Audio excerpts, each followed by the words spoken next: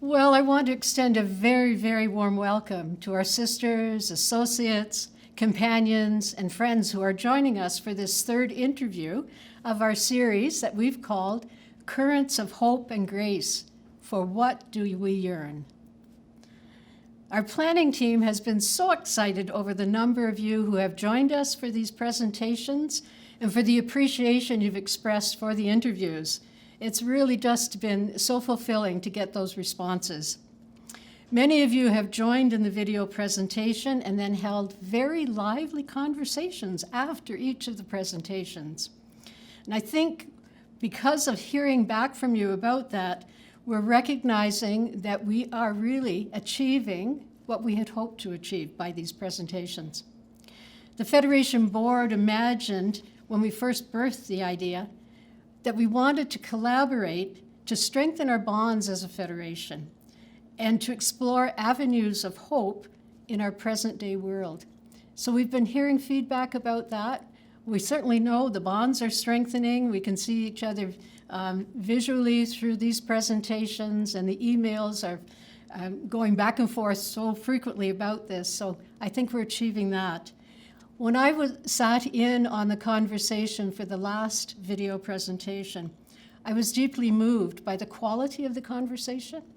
So from that element, I'm just filled with gratitude that there's a wonderful inspiration. The Spirit is surfacing among us and really inspiring us to look at the information that's being brought forward by our presenters. So I think we're on a roll, and I'm looking forward to today's video. So I want to introduce and welcome Katie Gordon and Adam Horowitz. And they're going to speak to us today about the movement called Nuns and Nuns. And I want to take a moment just simply to explain what the sound of the second word was, N-O-N-E-S. That particular word has been used to identify the spiritually diverse millennials with whom Katie and Adam are in association. Now, we've talked about it as the word that's used on a census survey, where a person could check off indicating that I have no specific religious tradition. But I think the experience goes way beyond that from what I've been reading with regard to the work and the movement of nuns and nuns. Now, that particular movement is really a new phenomena for us. Many of us have been reading about it, and we just want to understand it better. What's that energy that's bringing millennials and other young people to want to connect with sisters, religious women? So we want to hear about that today. And I think probably the best way to go about hearing it is to turn over now directly into our interview with Katie and Adam. So here we go, okay? So Adam, I'm going to start with you. As I mentioned, some of us have been able to read a lot about this movement. There's been much on the web and in articles in certain publications. However, we know that the persons listening to this interview process are not probably on the same page as those who have access to the web. So we want to be sure everyone understands what this movement of nuns and nuns is. So could you please tell us about it? Sure. Well, thank you for having us. It's really fun to be here and be here with Katie. You know, in some ways I feel like the longer I'm involved with this, the less I know about it. And specifically that question of like, how did this all get started? It's like, it becomes more and more mysterious as time goes by. The core of the inquiry of the last couple years has been what happens when Catholic sisters and, as you mentioned, the nuns, spiritually diverse millennials, come together to really form deep relationships and share our kind of deepest questions, yearnings, hopes for the world, experiences, dreams. And we've just seen that from these conversations, a pretty magnificent electricity arises, which has led to the creation of groups all across the country, the inquiry into how do we move from dialogue into action together. So there's a lot to say about all of that. I think though, in this question of like, how do these things get started? I think about one day I was walking in Philadelphia and passed a little book sale on the sidewalk, and came across a book by Sister Barbara Fiand, and it's called Where Two or More Are Gathered. And at this point, Nuns and Nuns was already kind of up and running. We were having these dialogues in different cities in the US. And I opened this book right there and then, and it just opened to a section from, it was like a 1989 gathering of the major superiors of men religious and LCWR. And it was a vision for religious life in 2010, I think is what it was articulated as. And it was remarkably similar to the kinds of things we were dreaming into. So I say that to recognize that it's the seeds of conversation among communities of women religious and others that have created so much of the fertile ground from which our inquiry has benefited and been growing in that soil. That's wonderful to hear Barbara Fiand's name mentioned in this, because many of us have read all of her books and follow her work and have really grown through conversations that she has begun among us. So interesting just to see that connection with you. Katie, is there anything more you'd like to add about your experience at the beginning of Nuns and Nuns?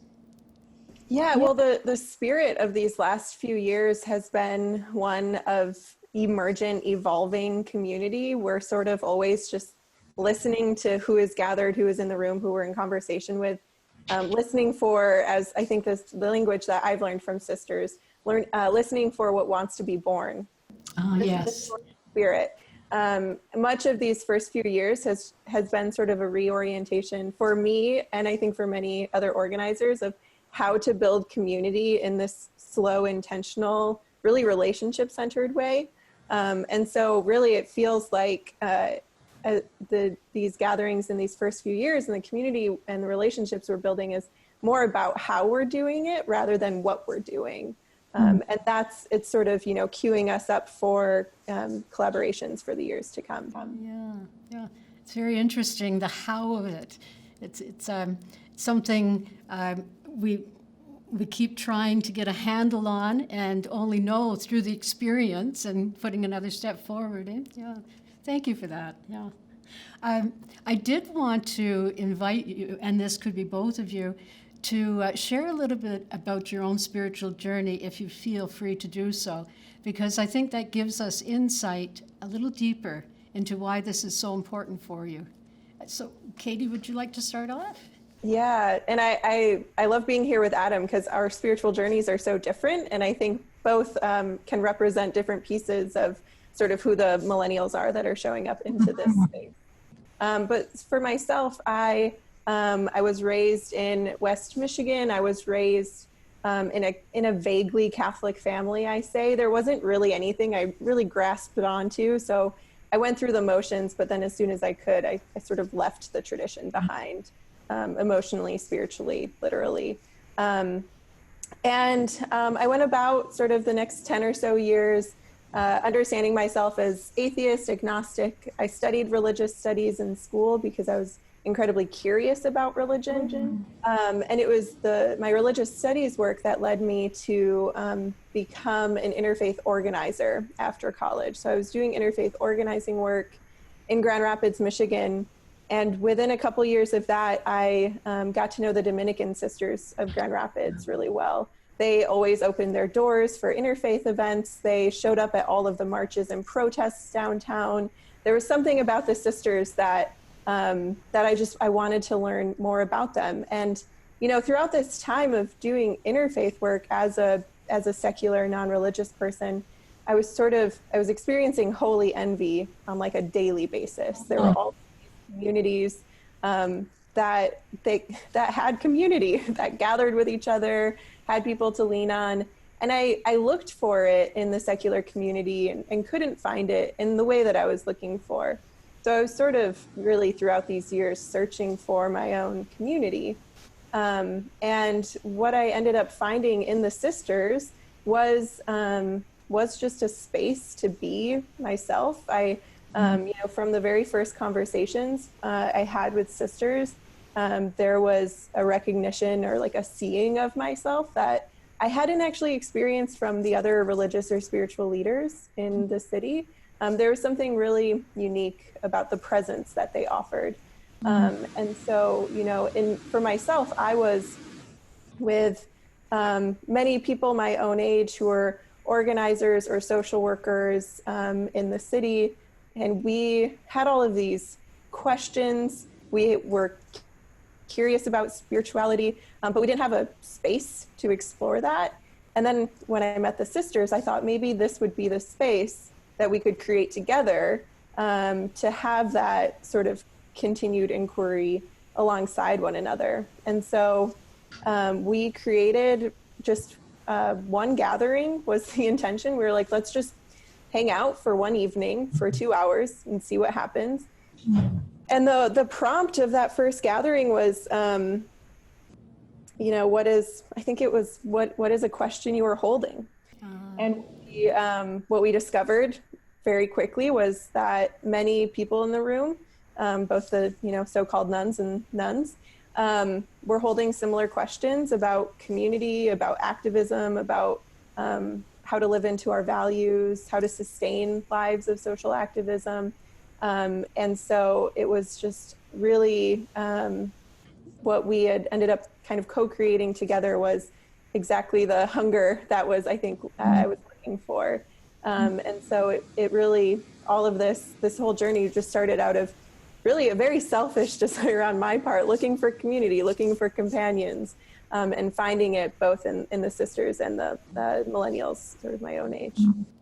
I think I'm going to hold on to that word, holy envy, and remind myself every morning that the gift that I have as a member of a religious community. Thank you for sharing that. Yeah. Yeah. Adam, would you like to speak to this? Sure. You may not be surprised. Adam Horowitz. Yeah, Jewish. And how did I end up even living in convents in the last couple of years? We had a pilot residency with 6-month stint living with the Sisters of Mercy. So there's quite a leap and a story to get to how did this happen. I'm Jewish. I grew up in a pretty secular household where, you do the high holy days, and there are a couple kind of ancestral memories that come through, but so much assimilation had taken place within the couple generations that my family had been in the States.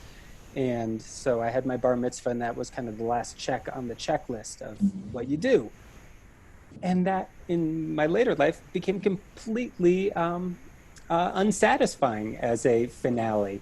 So I've been in my own journey also of really looking back to see what else is there. What are the mystical roots, the contemplative roots, the social justice roots of the Jewish tradition that weren't part of my upbringing. So that's been a whole journey, as well as many of the questions that Katie asked, right? How do we form communities that are rooted in deep spiritual values that can show up radically to meet the needs of these times? And that create a kind of a buffer between the world as it is and the groups of people working to create the world as it might be. And so it was following those yearnings and dreams of community and spiritually grounded community that also led me to conversations that led to meeting sisters. And I would be remiss in this conversation if I did not say that your very own Sister Sue Mostella has been huge for Nuns and Nuns. So I met Wayne Muller, who's a neighbor right here in Santa Fe, New Mexico, and some of the conversations we had led to the first gathering at the Harvard Divinity School, which Sister Sue attended. But before she attended, I remember Wayne reaching out, being like, hey, I think we're thinking of doing this. And Sister Sue being like, you're crazy, I'll be there. So cheerleading this whole time and praying along with us has been Sister Sue. And I just want to tremendous gratitude for her support.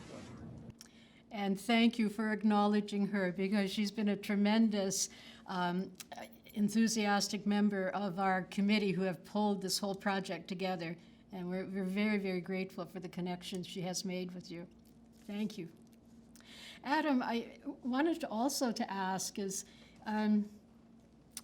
you've had this wonderful opportunity to live with sisters and to continue to meet with them. What do you look for in the sisters? What is it that entices you to want to connect? At this point, it's just deep friendship. We are friends. We are accompanying one another in very different moments in our lives at a very intense moment in the world. And so that, first and foremost, is what kind of keeps me in this work, is friendship. Certainly inspiration from lives of dedication and legacies, of decades and centuries of dedication to living courageously and doing the hard work of living in community. And I think, through these conversations and the fact that almost every circle we've had, someone has quoted Isaiah at some point saying, behold, I'm doing something new. There is something that wants to be born out of this. And the more we can stick together and listen for those clues, the more it feels possible. And so I think especially these days, I'm thinking about the generation that is younger than me. I'm thinking about the young folks who walked out of school for the climate march, and so many young people who understand what time it is in the world, what time it is given climate change and everything we're living through.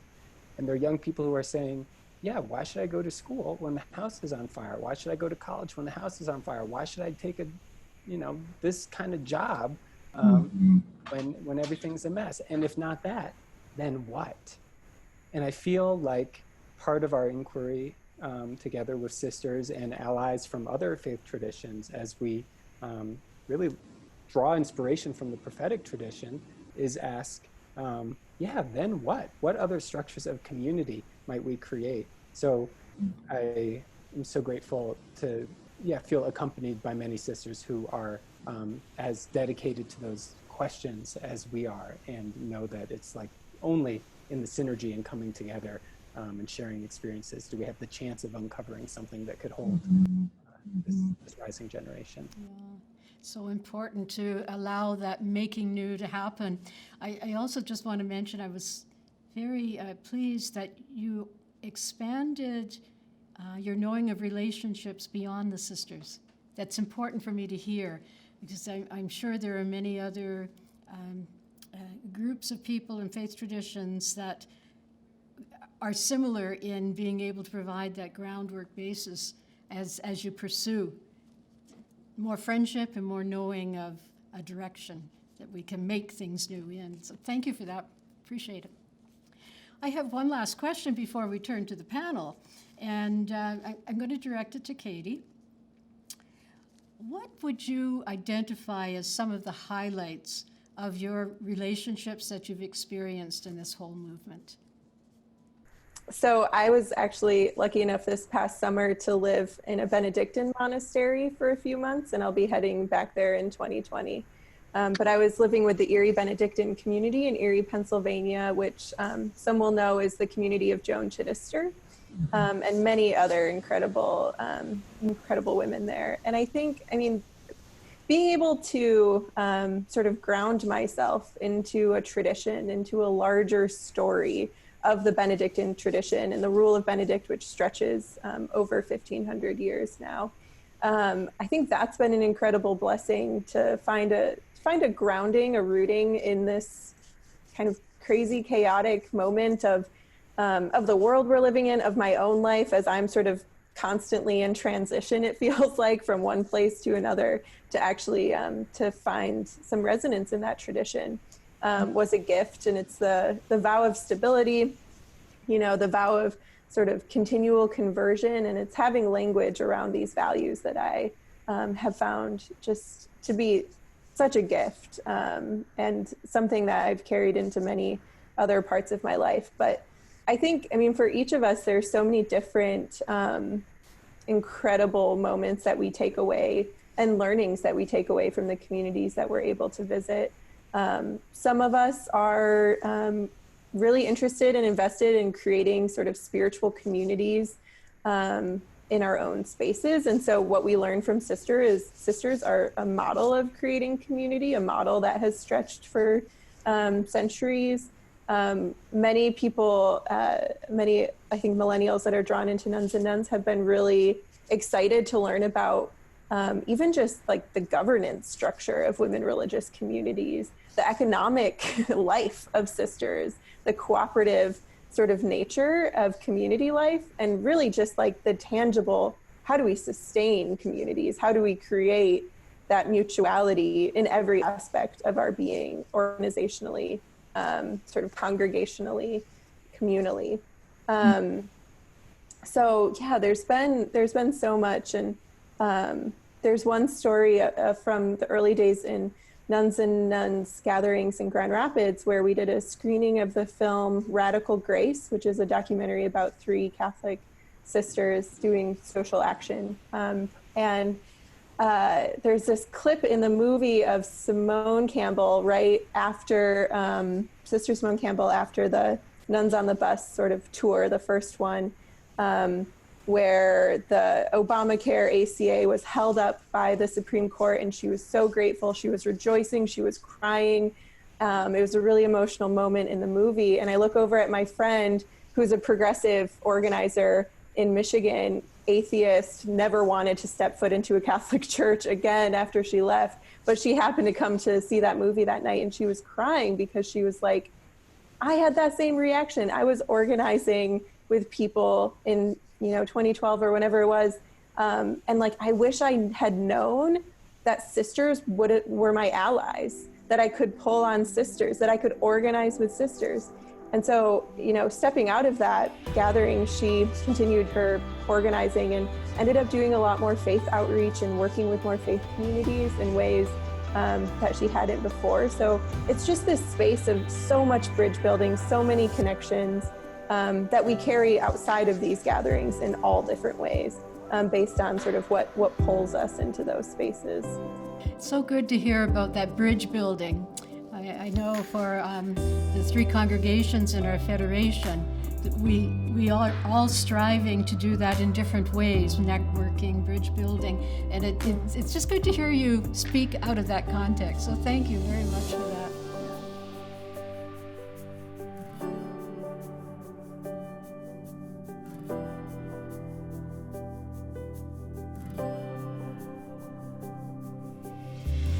Okay, well, I want to introduce our 3 panelists who will carry on the conversation with you.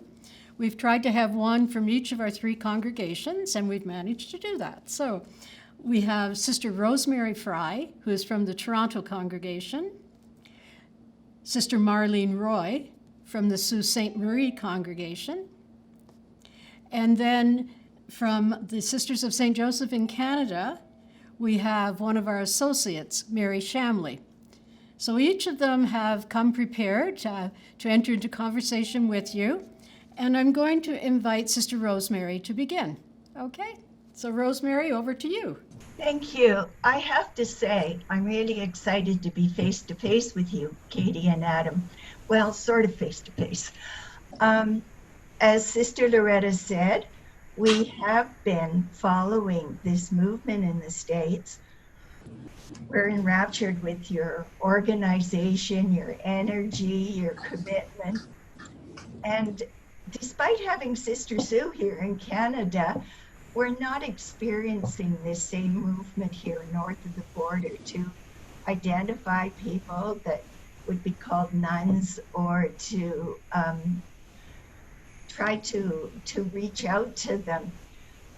We have ministry for young adults. We've had it for over 15 years. We offer retreats, spiritual direction, and other programs for this same age group.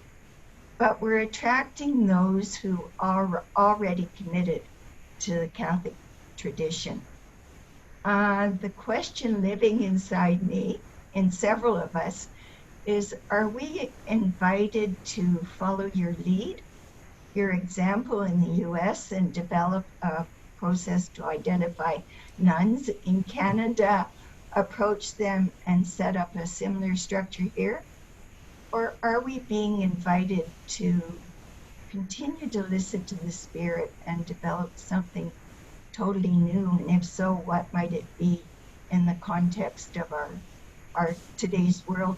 So I'd invite any comments or advice that you'd have about how we should proceed.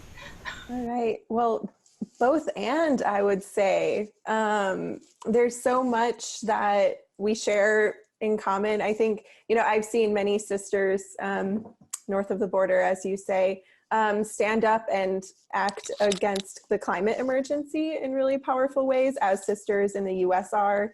There seems to be such shared action between US congregations and Canadian congregations that I think like much of what we hope to help incite out of these communities, the collective action piece, is possible in very similar ways in the Canadian context. And I wonder what could be really unique and what could only happen out of the sort of local context that you all are working in and living in.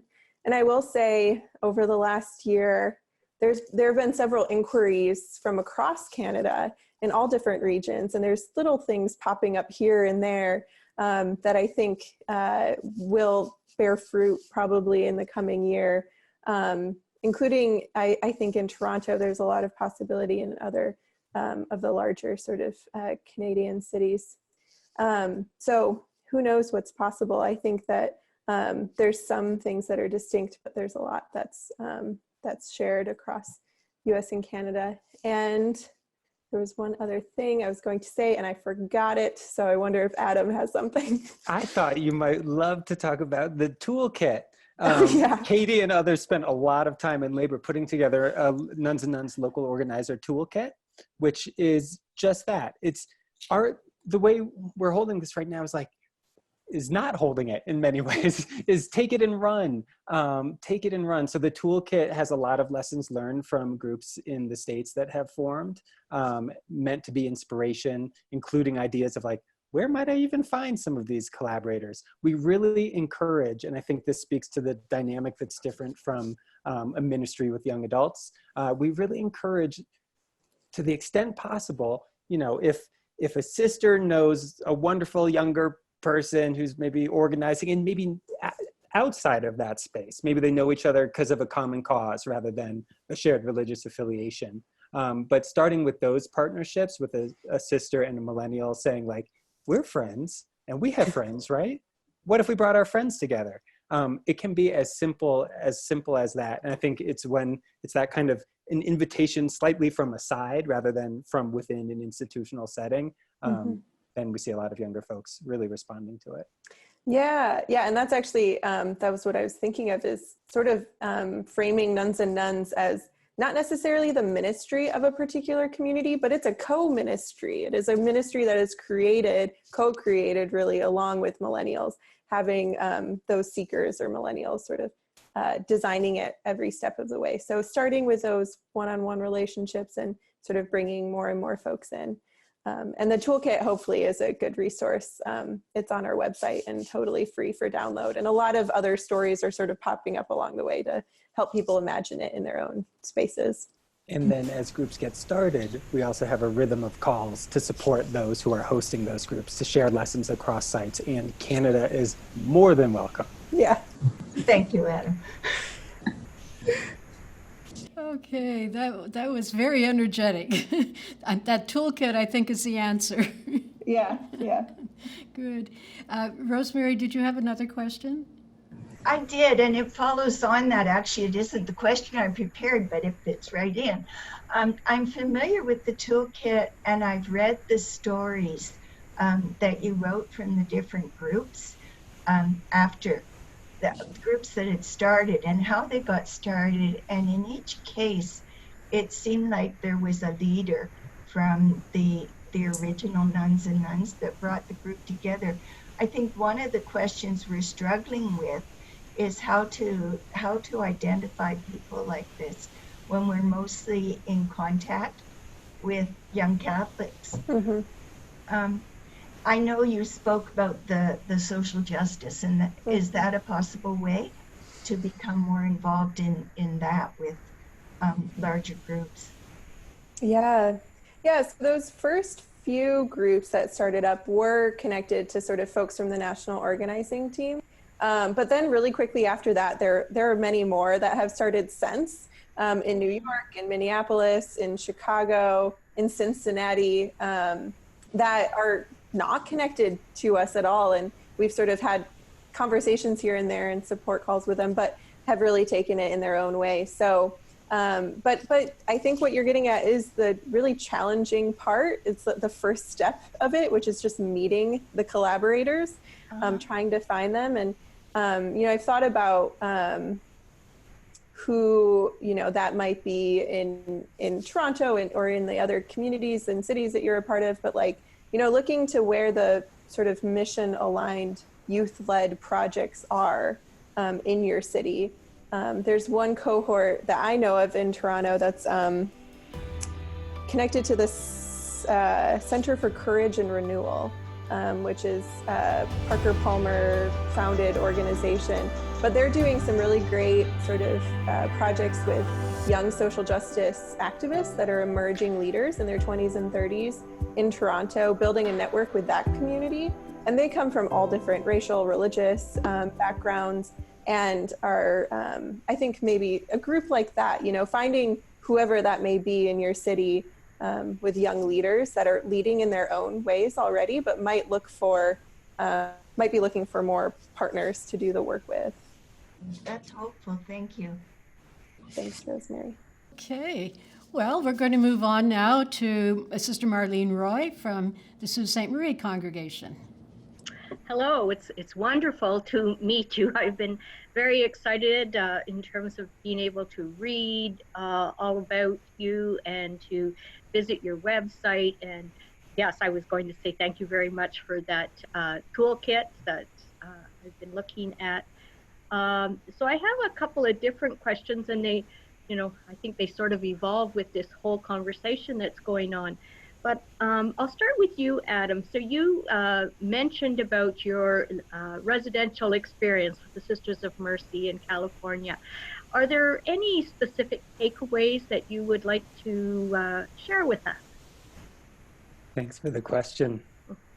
And how good that our team is currently working on a public harvest of that. We just had a call yesterday, and we're putting together another kind of as we live into these questions, we feel like it's our obligation to share out and make that widely available, because we will never be the program that runs all of the things. It's just, here are the stories. So for me, that was quite a couple of months, quite a half a year. I was there with 4 other younger folks, many deeply involved in Nuns and Nuns. Many had been friends for years before that. So there was a thread of relationship that brought us there, as well as a thread of relationship that was already existing with the Sisters of Mercy. We'd hosted several Nuns and Nuns gatherings there. We built those kinds of friendships. So this is just to yes. So much of the core of all of this is just relationships tended over time. We lived in the retreat center alongside the convent, and it is so hard for me to distill into particular learnings. It was a lot. Honestly, it was a lot of sandblasting around the naivete of living in community.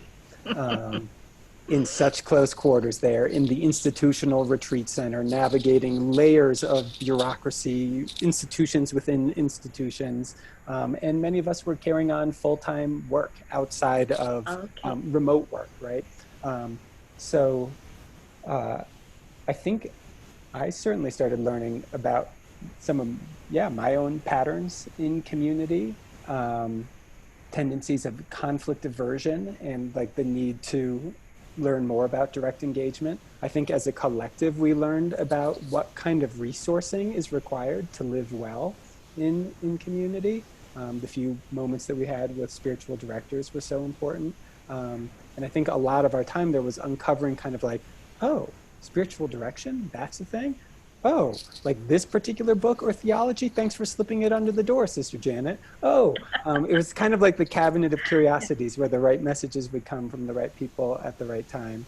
And I think, we knew it was going to be a temporary experience, and it was hard to leave, because while completely imperfect, it was, for many of us, the first attempt to live into okay, a community life with shared rhythms of practice and prayer.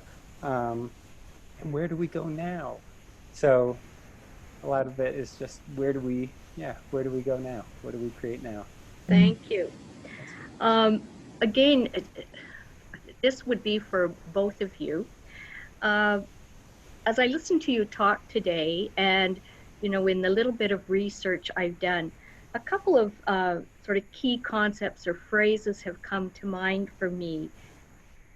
And I'm wondering if you could speak to one or more of them, if they seem to resonate with your own experience of the Nuns and Nuns project. And the words are mutuality, seeking a meaningful life, intentional community, exploring identity. And I think you talked a little bit about that, Adam, when you were just sharing about your experience, about the things that you sort of learn about yourself along the way. But not only your own identity, but sort of maybe preconceptions about others. And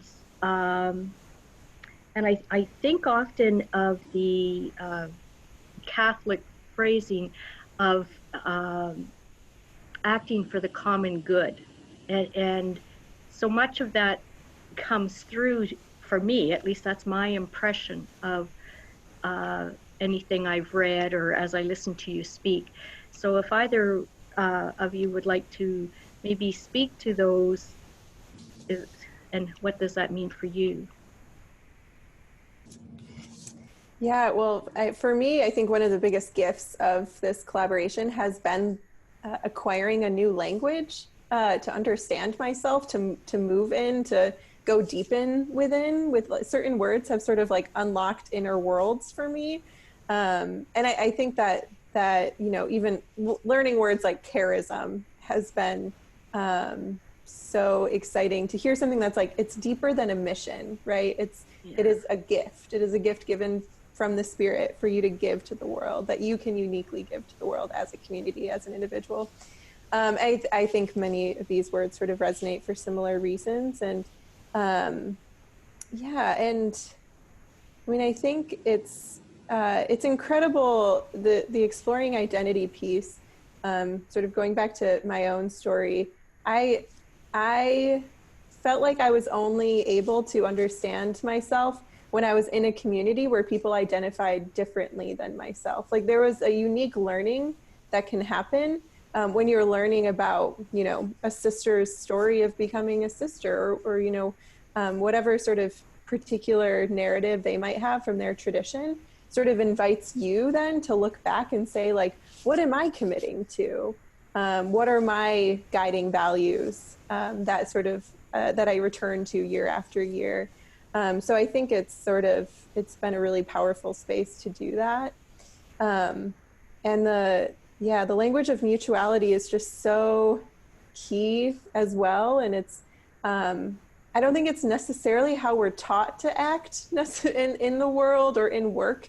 At least I feel like I've been taught sort of like, you do the thing, you lead the way. And I think mutuality and the way that we try to embody more of a shared leadership with Nuns and Nuns is actually really countercultural and really, really needed, right? Like, we have to be able to address the challenges, we have to co-create the solutions, and they'll be more transformative. So it's just, I think a lot of this is just embodying a different way of being and therefore a different way of doing in the work. Thank you.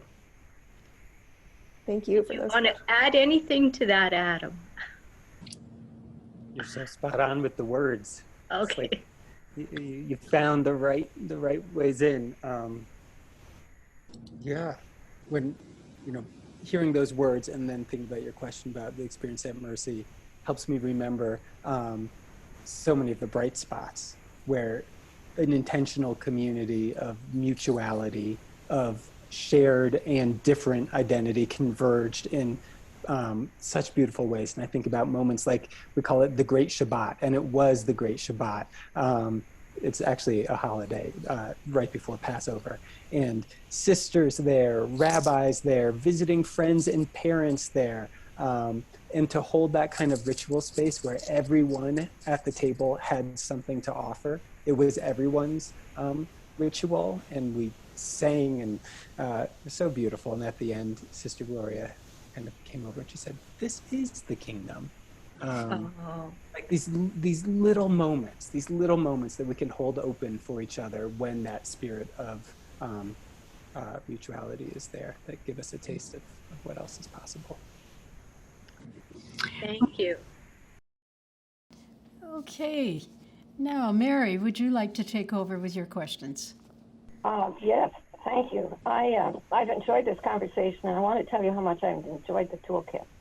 It has had so many wonderful resources in it, and especially the ones around conversations. And the ones from Parker Palmer that have been there introduced me to a fantastic book called The Art of Gathering. And so I'm really kind of intrigued as to whether or not, when you started this, and it seems to me from what I've heard, this might not have been the case, mutuality was there at the beginning. And then you designed over time and through the experiences this whole process of how you gather. And it's gotten much more complex as you've gone along. And I'm really interested that you haven't covered up the fact that there have been bumpy pieces to it. And I think that's really exciting.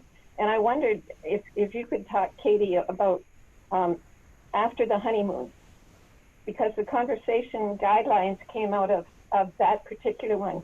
And I was wondering, was that a painful experience? Was it a good experience? Frustrating? Like, how did you make that leap into the next way of collaborating? Yeah. Well, thank you, Mary. And I'm just so excited. People are reading the toolkit and the blog pieces. It's very exciting for me.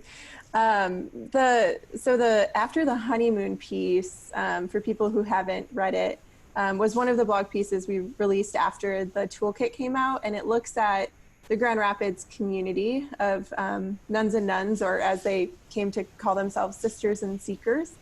And it tells the story of sort of the moment it got real in the community.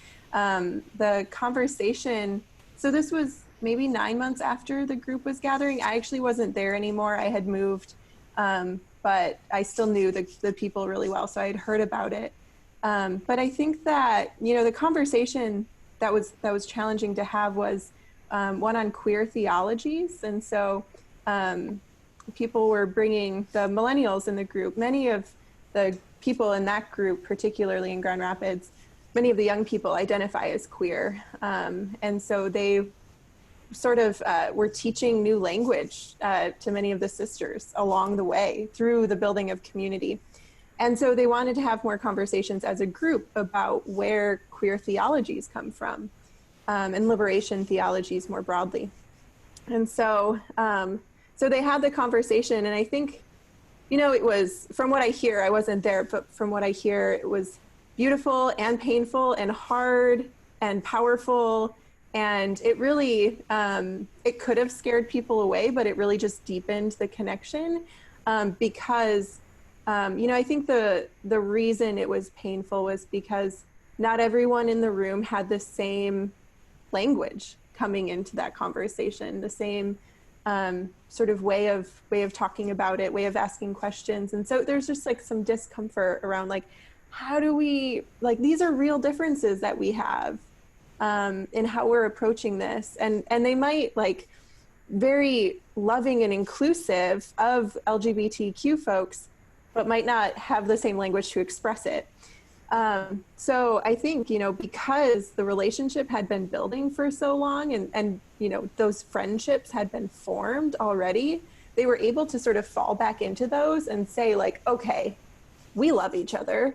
We're here for each other. How do we actually, like, use this as a coming together, as like a way of huddling up, as Ellie, who sort of was facilitating the group at the time, said, how do we use this opportunity as a moment to pause, to really sit with each other and say, how do we move forward together? What does that look like? What do we need to give each other? And so then they created conversation guidelines at the following meeting. so they could have those hard conversations, because they didn't want to shy away from those conversations. That was the juicy stuff. That was one of the things that you can really uniquely do in those meetings. So the conversation guidelines just, open that up for being able to do that. It's very exciting. It built on everything that had gone before. Like, it was sort of the flower of it in a way, wasn't it? Mm-hmm. Mm-hmm. Yeah. Thank you. Adam, did you have anything that you wanted to say about that and add to it? I'd say thank goodness for after the honeymoon, because if we can learn how to be brave with each other, then we can learn how to be brave together in the world. But it's actually kind of like a prerequisite.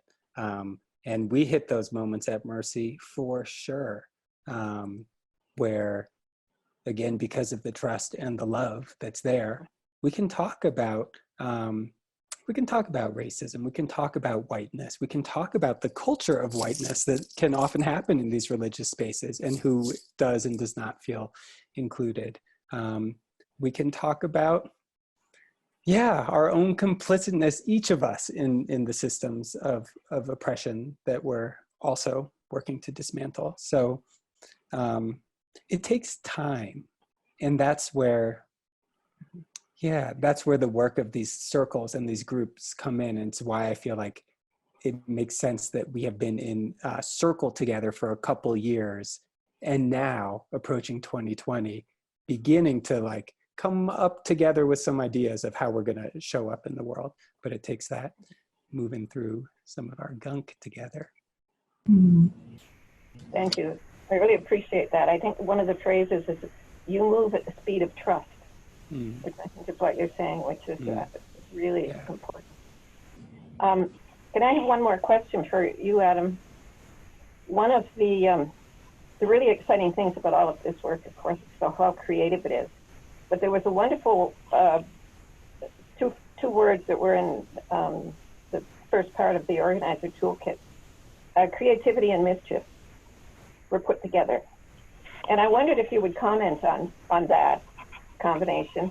And also something really beautiful that I hadn't never heard of before was a practice highlight, conducting resonance, something that you did.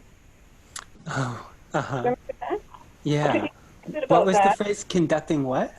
Resonance. Huh. You conducted the comments. Yeah, it's a fun. Could you talk about that and talk about creativity and mischief, because Sure. you guys embody that.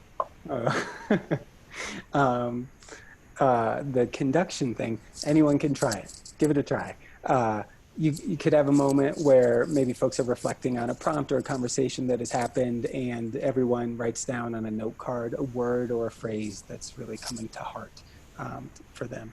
And then you can literally just stand up and point to folks as if everyone is an instrument, and you start hearing these phrasings, and then you can start layering them. You can do crescendos and decrescendos. So you do not need to be a musician to give it a try. And it's just wonderful to hear our voices together layered in unexpected ways, and let those words kind of resonate. It can be a kind of meditation. So that's, I don't know, that's a little creative mischief. And I think about one sister who at Mercy, early on in the residency, was like, it's spirit when it comes through the side door. And there's that sense to this work, like something, none of our linear paths would suggest that this is a thing we would be doing, should be doing. So that's, to me, that's such a divine energy, the creativity and the sense of surprise or mischief, of something beautiful that we could never have imagined, and that kind of comes from afar as a gift. And then I feel like the opportunity is to be creative with our own lives as to how will we live with this gift that maybe we never asked for or anticipated. Well, I just want to thank everyone.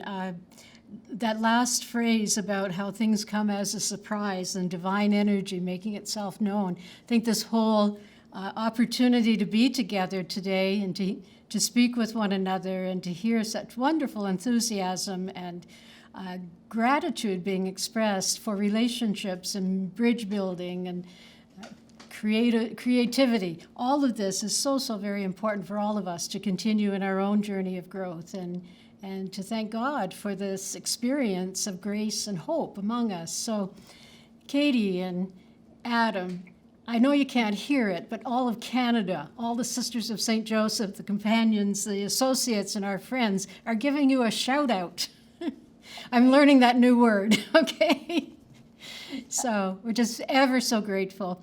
And to our panelists, Sister Rosemary Fry, Sister Marlene Roy, and Mary Shamley, tremendous thank you. You've been able to open up and give us another layer in the conversation that we're just so appreciative of. So thank you very much for just being willing to go with the Spirit as you listen to the conversation unfold and bring forth your questions. It's been tremendous. Very grateful to all of you.